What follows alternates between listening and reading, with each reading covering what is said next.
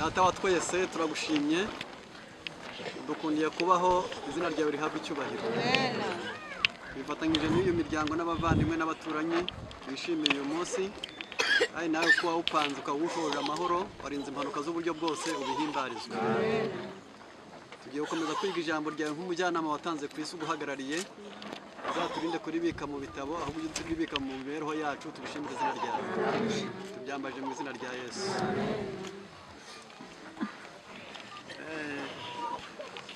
Bakoresha igihe kigufi kuko ubuzima bw'umuntu bugizwe no kurya no kunywa no gukora bikabikwa nk'umunezero w'umuntu wese. Uyu mwanya nawo wagenewe no kurya no kunywa ntabwo tuwukandagira ariko nuwo kumva nawe ubanze. Abenshi cyane mwatanze igihe cyanyu cyo kuza aha, abandi benshi cyane mwanakurikiranye mutegereje n'ibindi byinshi, n'umugeni wari ushakwa nawe arabonetse, n'ubukwe bwari bukenewe nabwo bwasohoye. Yewe n'iyi mvura nta kintu dutwaye kuko ibyo dushaka twabibonye, sibyo? Tugiye kuganirira hamwe gusa njye nderekeza ku cyerekezo cy'urugo rwiza. Ubundi mu busangwe ikituzanye hano ni ubukwe ariko icyerekezo cyabwo ni urugo. Ni nawo mugambi gatanga kambere Imana yageneye umuntu mu minezero ine yamugeneye. Umuntu yagenewe kurya, umuntu agenerwa gukora, umuntu agenerwa kuruhuka, umuntu agenerwa kubaka urugo. Ibyo byavuye mu bwenge bw'Imana. Nta bashakashatsi, nta bazungu babitanze abandi, nta mukire wabivumbuye, nta muhanga wabitanze abandi. Ahubwo ni Imana yabonye ari byo byiza, ibona bikwiriye umuntu wese. Ibigenera abirabura, ibigenera abazungu, ibigenera abakire, ibigenera abakene, abagufi n'abarebare. Mbese yagize neza? Ibyo bintu bine mbabwiye ntabwo bigira mukeba. Nta muntu uravuka ku isi ngo abyange. Njye nabonye n'idini rimwe ntabwo ndi buvuga izina ryaryo, mu myemerere yaryo abariyobora ntibasabwa gushyingirwa, ariko nabo bavuze ngo ntibavira mwaho ngo bazabiba babisezeranye. Ubwo ni ukukwereka ko ari byiza. Uvuga ati nubwo ntazahurubaka ariko nanjye nzagire nte nzabaho umugisha. Ukumva ko nabo bagerageje, ni byiza rero. Ariko nubwo bimeze bityo, mu migani 24 umurongo waho wa 3 haranditse hagira hati ubwenge nibwo bwubaka urugo. Iki ubwenge nibwo bwubaka urugo. Abasore bakiri aha bakiri bato ntabwo ari ubwanwa bwubaka urugo, ntabwo ari amapantaro, si karuvati, si inkweto nziza. Abakobwa bari aho si amabere yubaka urugo, si imisatsi miremire, ahubwo ubwenge nibwo bwubaka urugo. Ukaba ubuze ibindi byose abantu bareba, ibyo bita housing, ni igifuniko cy'ikaramu yarangiza wino ni ubwenge. Ubwenge rero nibwo bwubaka urugo. Ubu bwenge ushobora kumusuzumira ku bintu ndi buvuge bigera ku 8. Mbabwire ngo musengere ikirere, nange ntabwo ndi butinde. Twese ntabwo turaraho, birasaba ko buri muntu wese ari busubiriwe. Ubwo rero birasaba ko tunagenda tudasitara, ni ngombwa ngo twige, ariko tukiga tunareba ko gutaha kutarambiranye nako ari kwiza. Uyu muhungu n'uyu mubyeyi babishinze bakaba babicuje none, ubwo nabo bakeneye kutwakira banezerewe, sibyo? Ibyo kandi twese turabishaka. Nagerageje gushaka kubyihutisha ariko nkoresheje kubyihutisha ntya. Hari ibintu 8 umuntu aherwamo amanota iyo afite ubwenge buzubaka urugo. Iyo uzubaka urugo uba ugomba kuba ufite imiganda 8. Bwa mbere ni isano ufitanye n'Imana ko ariko utanga bwa bwenge. Kabiri kumenya guteganya ibizagutunga, kuko mu buzima bubaho uzarya kandi uzanywa kandi uzambara ntaho ubyibye ahubwo ubikuye muri wowe. Ubwo iyo umuntu agambiriye gushyingirwa aba agomba kumenya neza ko ubwo avuze ngo ndacutse nziha. Iyo agambiriye kongera gushaka urugo kandi ngo azashaka n'ibirutunga iwabo, aba agiye kuba umujura w'amanywa.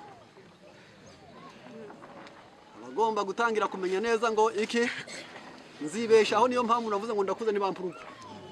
Cyakora ababyeyi beza nabo bakazaguha 8 ariko ntibashingwe amavuta n'isabune ya buri munsi, kuko niwo wavuze ngo urashingiwe kandi urakuze. Ibyo rero uba ugomba kumenya kwishakamwo ibiguhesha ubugingo, bizakubeshaho ukarya. Niyo mpamvu Imana tuyikundira iki? Ni Zaburi 139. Ndagushimira ko na rimwe mu buryo buteye ubwoba kandi butangaje. Burya kugira ngo umuntu ashingirwe byanze bikunze nuko abanza igishoro cya mbere nuko Imana yagize ite, nuko yamuremye. Ubu ngubu yaba ari ifoto tuzanye hano, ese mwari kwemera ko butaha?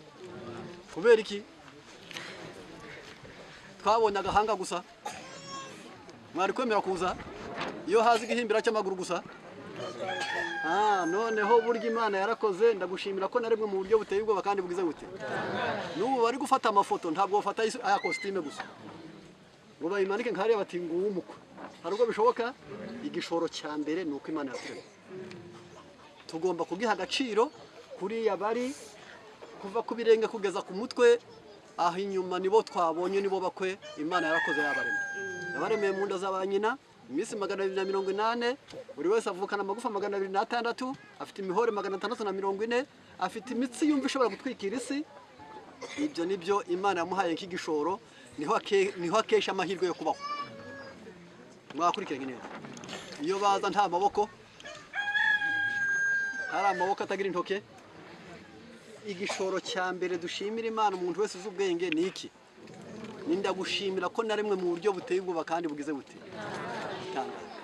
Ku ngingo ya kabiri ni umutunga, ni muri Zaburi 104, umurongo waho n'uwa 14.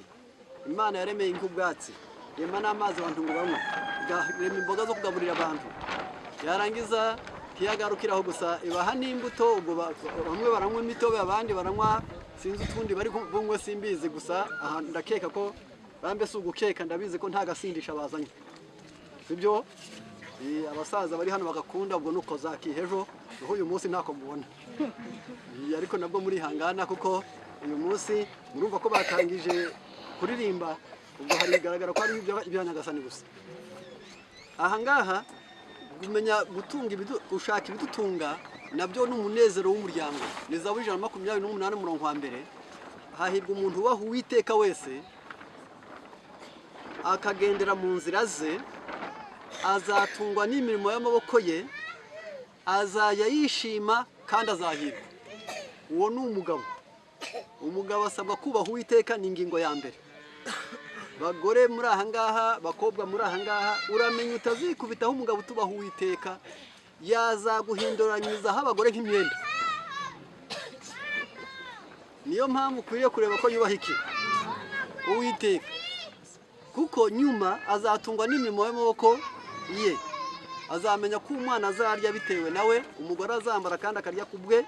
Niyo mpamvu umugabo muri iyi migani ya hano iwacu ho, ni umugani w'akarere wenda sinzi kucibwa hose, ariko baravuga ngo umugabo yanduka ari impogazi agataha ari inkame. Impogazi ni nkiriya nka muri kureba hari idafite inyana ariko ifite amezi, buriya ni impogazi. Ntabwo mpatuye hano ariko nabibonye kandi sinayibajije.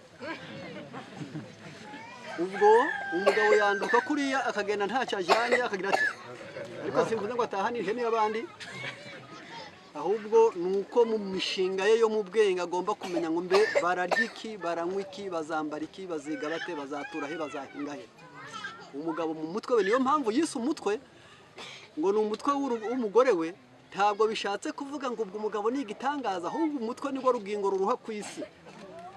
Ubwo rero nta shema riri mu mutwe, kuko umutwe niwo ugize ute, niwo uruha byonyine ubwabyo gusa.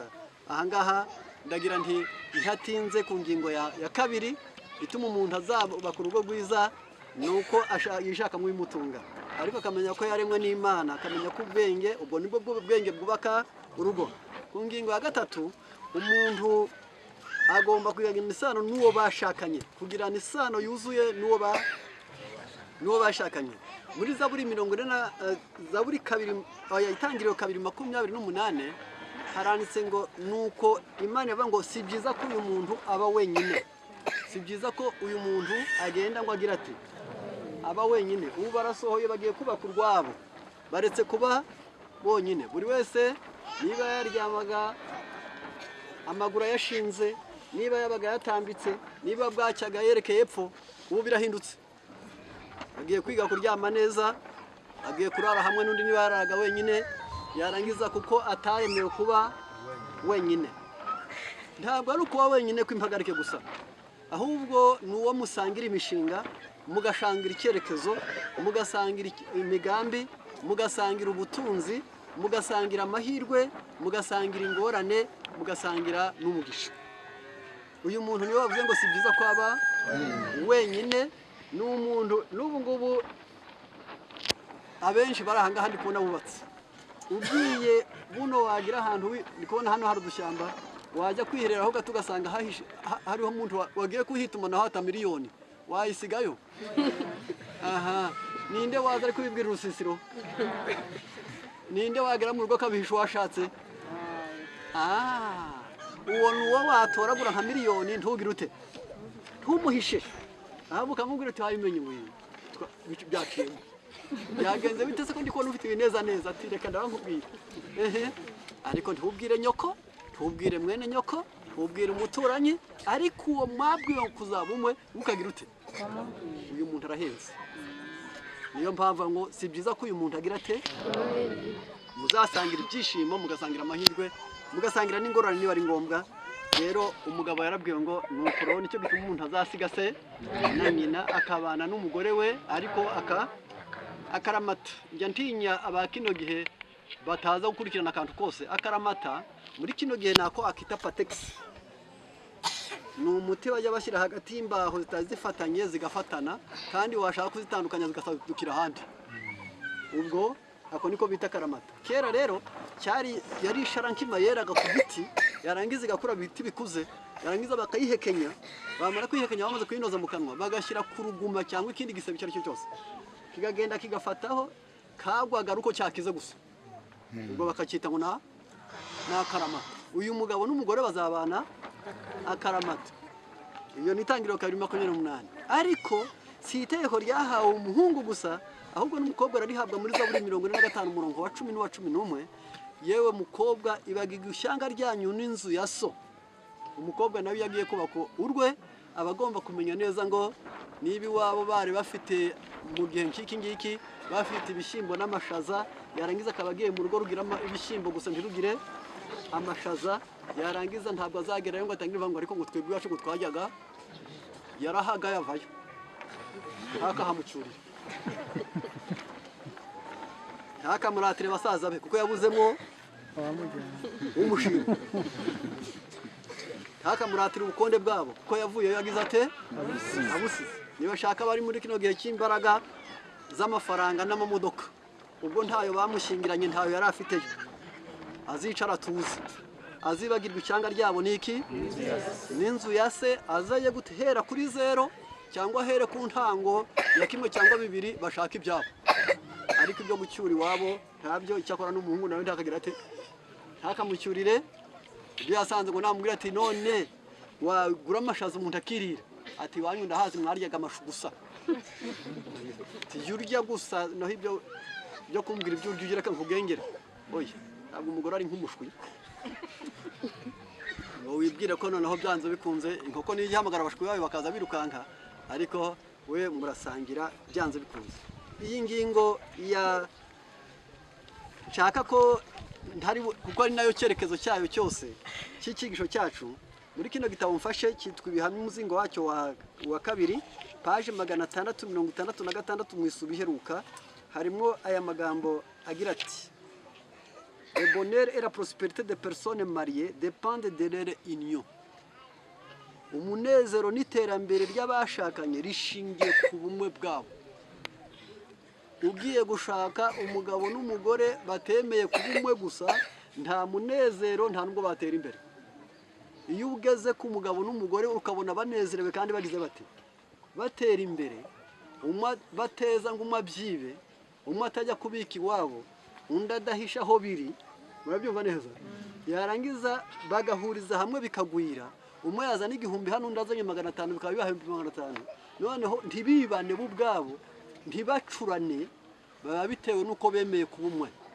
Ariko isaha iyo yose batemeye kuba umwe, umwe anyuze ukwe n'undi akanyuza ukwe, undi akabika ukwe n'undi akabika ukwe, undi agakwira inshuti ye n'undi akagiriye, undi akaba umwanzi wiye n'undi akaba bityo bakabaho ngaho iterambere n'umunezero w'abashakanye ushingiye ku bumwe bwabo gusa ntabwo ushingiye ku bukwe ushingiye ku nzobe ushingiye ku burebure ushingiye ku bukire ushingiye ku kuba babaye umwe noneho harakomeza ati comment celle qui a l'esprit charnel peut-il s'accorder à celle qui a l'esprit du Christ none bishoboka bite ko baba umwe umategeko na kamere undi afite umwuka wa Kristo ntabwo bishoboka kugira ngo babe umwe bareka gutegekwa na kamere bose bakaba inshuti yande ya Kristo yarangiza kuko Kristo abagushakira ibyiza bati bine sema pourracher iyo badahuje umwe bibiri umubiri pense à ça c'est les impulsions de sa propre cœur agakora hakurikije ibyo akunda byo mu mutima we l'autre sema pour l'esprit undi akabibira umwuka chercher à réprimer l'égoïsme igihe umwe barwanya kwikunda c'est monter inclination ashaka no gutsinda kwifuza aho beiro mettre dont elle la servante akaba ashaka kumvira wa undi shebuja kwa mubereye umugaragu icyo nayishaka hari ako twitaho ni iryo jambo gusa umunezero n'iterambere ry'utwawe guhera ku nkoko mukazaca ihene mugahera ku ihene mukazaca inka mukazava ku nka mugaca imodoka n'ubumwe bw'umugabo n'umugore niyo mpamvu bakubwira ngo byanze bikunze ni imigani isanzwe ya Kinyarwanda bavuga ngo iyo umuntu arumbije umugore ntasarura umwana baruko warumbye umugabo nawe ntugire aho utura ageze yakora agasozi keze byarumba mukagenda asigaye mukazarira musaza mutagize mutagize n'ikingana naho mwashimye umusarani bitewe no kurumba k'umugabo gusa byongera ubwabyo niyo mpamvu aha dusabwa ngo tumenye neza ngo ntabwo ndinda kuri iyi ngingo mvuge nti wenda hari buri wese agerageje gukurikirana n'undi kuri iki gitabo page 122 hatubwiramo amagambo ngiye gusoma 122 harimo ijambo mu kigo bise ngo urugo rwa ubukristo mu muryango haranditse hagira hati sans la foi il est impossible d'être agréable à Dieu iyo umuntu adafite kwizera ntabwo yashimisha Imana iyo umuntu adafite ntabwo yashimisha Imana le salut peut être d'apanage de nos foyers agakiza ko nyine ubwako gusa nayo ni inkunga y'umuryango wacu iyo abantu bakiriye agakiza barakomera iyo abantu bakiriye agakiza barihanganirana iyo abantu bakiriye agakiza barakundana iyo abantu bihanganiye bakiriye agakiza bajya inama niyo mpamvu n'agakiza gafite uruhare mu kubaka ingo zacu mais il nous faut croire et vivre en conséquence tugomba kwizera kandi tukabaho nk'ibyo twizera avoir une foi une confiance inébranlable en Jésus tukabanza kwagira kwizera kandi tugatega amakiri atajegajega kuri Yesu nous devons triompher d'un tempérament emporté mu gihe twubaka urugo wirinda imyifatire irakara ubusabusa imyifatire igirite irakara ubusabusa uzasanga bitahiye uzasanga nta kinyobwa gihari kandi wasize amasaka yeze birashoboka ko uzabwirirwa kandi mu nzu byari bihari birashoboka ko ushobora kubona ukabona mugiye kubagara nyuma kandi mwarahinze mbere tukaba umuntu urakara ubusabusa ujya kubaka urugo yirinda kurakara ubusabusa et contrôler nos paroles tugomba kuya tugenzura n'amagambo yacu ushaka ko urugo rwagwiza agenzura niki ubukristo nyabwo boneka mu rugo ntawubonera mu nzira aho uteranira naho ugenda naho ukorera hafite uburanga nk'ubwo kwifoto ibyiza no kugaragara iwawe imvugo yawe nziza ikabonekera iwawe l'importance de grande victoire umuntu utarakara ubusabusa kandi uzi gufata amagambo ye niwe wa mbere kwisugira insinzi zikomeye mu buzima bene aba nibo bagaragara ko ari intwari nibo bihanganye epfati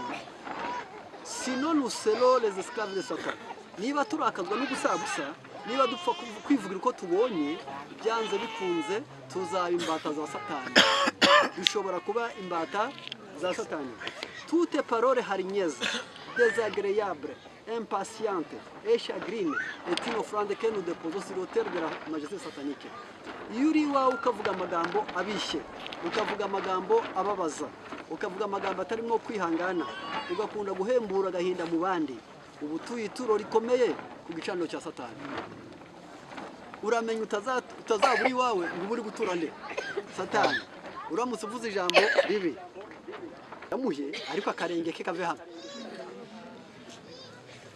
wa muhungu rero buriya umuntu ku isi ubu ngubu hari abategetsi bane. Hari umugabo arategeka, umugore agategeka, umwana yaza agategeka, n'igihe cyaza kigategeka. Ese ubu niyo ugiye kurwubaka uba ugomba kumenya neza uti nzategeka, n'umugore azategeka, umwana nakura azategeka, n'igihe kizadutegeka. Usabwa kugira ubwenge sasa.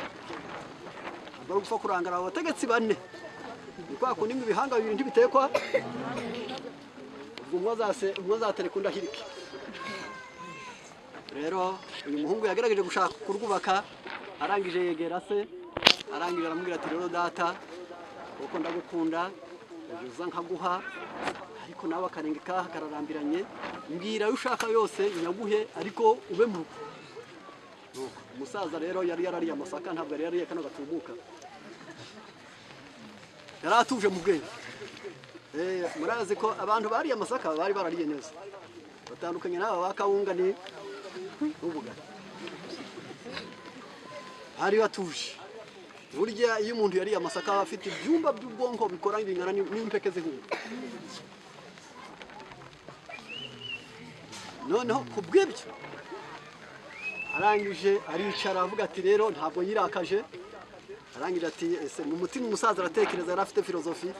Arangije aravuga mbese wenda hari mbaje nkaba ntaketse imana mujya musoma. Mujya mwumva abasore babuno bamenya guca umugani w'insigamugani.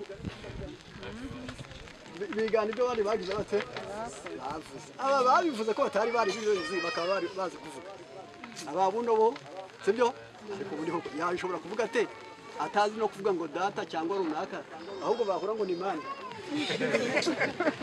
Uvuga se ntabwo babishobora. Rero uyu musaza aricara bati uyu mwana ushatse yuko mbara amafaranga yampa ngo ngende ubutagira yayakura he konzi ko umwana wanjye arumukira nta mafaranga yabona, ariko se ndamwigisha nte kugira ngo mwigishe neza. Uyu musaza acura ubwenge, abaza ubwenge bwe ati nikindi umukorere, ndamukorera ibyo yankoreye ari umwana ndiyishura. Ibyo yankoreye ndi umwana ari iwanjye nicyo ndi umukorere. Icyumba bamuhayemo ntabwo yagiye kwihagarika hanze. Uyu mwana yigeze yihagarika hanze? Ushobora kubabaza? Ari umwana kwa nyina mu mugongo yihagaritse hanze? Yitumye he? Mu buriri. Yaravuga ngo amuherekeze hanze. Umunsi umwe gusa umusaza arabikora. Umwana yabanzaga guhina ibirago n'imyenda, yagira gate umukobwa agiye kumva yumva ariko inka zitangiye kumusanga muri salo. Nuko umusaza akaba hanze ari gukina, yicaye ku gatebe bambe hanze, igihe cyo kwihagarika akagaruka mu cyumba. Nuko umukobwa ajya kuri telefone roza nizamazimwe rero abahereye ko arahamagara. Tino hose sinzi ibyo yagiye niba yasaze byanyebeye, yagenze bitati icyumba ntibareba cyane. No. Ahangaha nimugerageza gukurikirana neza, ahangaha murahasanga ibintu bikomeye cyane nshaka ko mwumva. Maze umuhungu aza yarakaye, uburakara ari bwose, ari nkaho yamukubise, agatinya kumva muri societe bamva ko yakubise se. Yarangije avuga ati iki cyumba wakigize ute? Ndi kuyicura. Nagikoreye bya bindi wakoreye icyumba cyane ko ni cyane.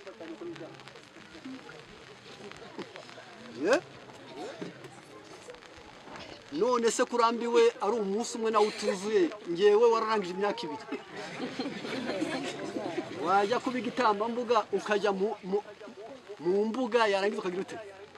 Iyo mbuga wayifatanya kuyinyaramo no kwinyamo, no sinari nanya no kumbuga urambiwe n'umuguri. Nuko barumu umusore n'umukobwa cyakora umuhungu byahereye ko ari bana artike akunda kuhera ko acokombora. Arangira ati indishyi papa ntabwo nayibona. Arangije n'umukazana ubwenge buratahuka, ibinure byari bihari by'irimo sose biba bivuyeho. Arangije aravuga ati papa uhereye none, arangije vuga icyo ushaka. Undi ati icyo ushaka ntimakibona. icyo nshaka mutabona ibyo nabakoreye mwebwe nta ndishyi mufite ndabizi ngewe ndi umubyeyi amafaranga natanze murwaye ayo natanze mushyingirwa ayo namutanze mwiga ayo natanze mwakomeretse ayo natanze mwaburaye inshuro naciye mutazi kwihehera no kwiyambika ntimwayabona mujye mumva ubuvungukira bw'ibyo musigaje niho ibyo kumva ntabyo mugira ujye wubaha inde nuko kurivuga iteko rya gatanu ujye wubaha so na nyoko noneho iyo umaze kwicara umaze no gushyingirwa baba bari babiri baba babaye bane harimo nyoko na nyoko bukwe akaba mwose na so bukwe bose uzagira ute uzabakunda byakunanira ukareka kurwubaka kuko ruzaba imyenge ingingo ya gatanu ni umuntu nawe wavukana abo muvukana nubwo waba waravutse wenyine abavutse bonyine murabona ko tutaturanye ngo naba narababuje kugwira ariko abo muvukana musangira incyuro mugasangira abavandimwe mushobora kwibutsanya imipaka wowe waravutse uri muto utaruzi aho umurimo wanyu ugarukiye yonyine ubwabyo gusa abana babo ashobora kutagukunda umwana wakagukunda ashobora kutaguha umwana wakaguha ashobora kutagufasha abana banyu bagafashanya byanze bikunze Bibiliya iti ni byiza ni iby'igikundiro ko abavandimwe baturana bahuje mbaye nkubara nibura ubyerekana byonyine ubwabyo gusa nibwire ko ndaba ntabivuze ntabwo no kurengura ndaba mbivuze by'ukuri nibwira ko uyu mukobwa n'uyu muhungu ntabwo bigeze bandarika none nawe utashye ubwo se ko batandaritse ntabwo nigize indarikwa byatewe n'abavandimwe babo ngo abavandimwe babakoreye icyo batagize bati batikoreye ubundi ubukwe ni wo murimo udakorwa mu kiryango ahubwo ukorwa mu kiryango mu kivandimwe no mu gituranyi icya kabiri ni urupfu igihe cyose uzi ko ubukwe utabucuza wenyine uwababwira abona akababwira ati rero mwabahungu mwe musanzwe muri n'abagorozi data birazwi ngaho muhaguruke mwiririmbire iratoranijwe bayiririmba barahemba uyu wayoboye gahunda bakwiyoborera gahunda barisengera hariho byinshi batikoreye niyo mpamvu ujye ukunda abavandimwe hari igihe niyo bataguhaye bakunywanira noneho ni byiza ni iby'igikundiro ko abavandimwe baturana bagize bate bahuje aho nta nubwo mpatinda byonyine ubwabyo gusa yarangiza uyu muhungu azakunde baramukazi be niba bahari ariko ari mbarwa ariko mu muryango bari sibyo noneho kubw'ibyo kubera iki iyo arwaye biroroshye ko ahamagara mwene se cyangwa mwene nyina cyangwa umwana wa mwene nyina ngo aze ari we uteka aza ari ukura ibijumba rero ntukibwire ngo muzahora muri bazima gusa no kurwara bigira biti hari n'igihe azabyara yarangiza Imana ibahaye urubyaro yarangiza babandi akaribo baza bakamesa imyenda muri aya majyambere bakoropa muri aya majyambere bakwanika amatera muri aya majyambere baba aribo bajya kuzana imyenda y'umwana mu ruhengeri biroroshye cyane abavandimwe ntiwabura icyo bakorera abahungu iyo ari bene se ari abagabo banyu niko bavuga byonyine ubwabyo gusa biroroshye ko aribo bajya hano ndi kubona imihanda itari yaba myinshi aha ngaha biroroshye cyane ko aribo baca ibiti hariya bagashyira mu ngobyi bagaheka bakajyana ku kabaya uyu muhungu yagize ati yarwaye bagakoresha amayinite batazishyuza bitewe n'uko bari gukorera aribo bagize bati ni byiza ni iby'igikundiro ko abavandimwe baturana bagize bate bahuje noneho ni byiza gusa ariko ni n'ibyiki ni iby'igikundiro ibyiza burya ntabwo wenda benshi muzi iby'igikundiro ariko ndagira ngo byongere ubwabyo gusa nimunyura hano gato cyane mwicumye imbere abenshi baturutse mwagiye muhabona imodoka ni nziza ni umweru ariko nta gikundiro ifite nta misaya ifite wahera ku maguru hose uyirebye avuga ngo hano hari imodoka yarangiza ngo ariho ngo ni umunyitsi sawa ariko utari ikigori wayirarana ubusira musa yabuze esanse ku kubera iki iyo bavuze ngo ikintu ni cyiza kandi ngo ni iki gikundiro ni akamaro cyiza cyo ni uburanga igikundiro ni akamaro mu mico isanzwe buriya iriya nkiri hariya nyirayo ayikomoraho ifumbire sibyo harya buriya yamutanze kwituma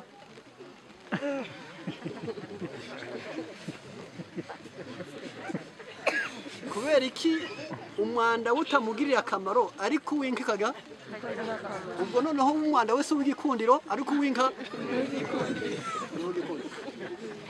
nta kamaro byonyine ubwabyo gusa niyo mpamvu ku ngingo ya 6 umuntu n'abaturanyi be ni imigani 27 umurongo wa 10 umuturanyi aruta umuvandimwe uri kure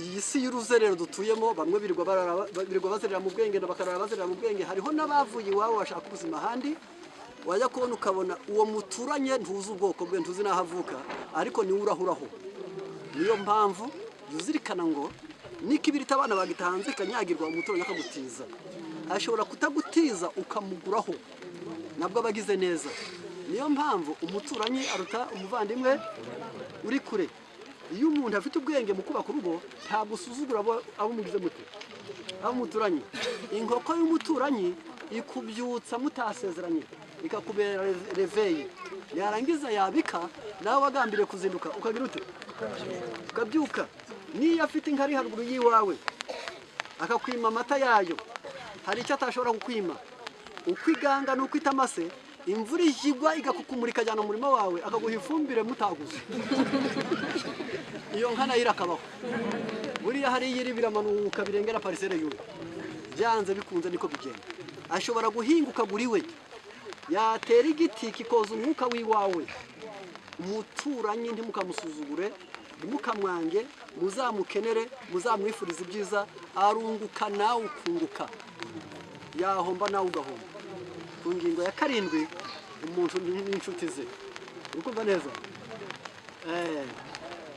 hari inshuti urukumva neza inshuti ni nziza mu migani 17 bari kumuvandimwe avukira gukura abandi makuba ariko inshuti nayo hariho inshuti iramba ku muntu mukamurutura n'umuvandimwe ukaya kubona ukabona gukoreye ibirenze ibyo uwo mwavukanye agize ati ubuzima buba bugomba no gushaka mu inshuti kandi igiheruka tuganiraho ni cya 8 ngo umuntu nawe bahuje kwizera umuntu niki ni muri Matayo 23:8 Yesu arababwira ati ntihagire uba muri mwe umwigisha ahubwo mwese muri abavandimwe mwese muri iki muri abavandimwe iyo umaze kubona abantu muhuje kwizera hari ukuntu musangira ingorane mugasangira n'amahirwe mugatabarana mugakundana mugafatanya mukerekeza hamwe mugahumurizanya mugahanana mugateshanya ibibi bitewe nuko muhuje kwizera rero isano nziza ni ukwigirana n'Imana isano nziza ni ukumenya kwishaka mu gisubizo isano nziza ni ukubana neza n'uwo washatse isano nziza ni ukubana neza n'abakubyaye isano nziza ni ukumenya aho muvukana ko nabo ari abantu 6 ni ukubana neza n'abaturanyi 7 ni ukugira inshuti 8 ni ukugira icyerekezo cyo kwizera rero ntagiye kure cyane reka twifurizanye twese kugira isano nziza n'Imana n'abantu bose tuwumugisha ku bandi tugira ubwenge nibwo bwubaka urugo mu izina rya Yesu amen.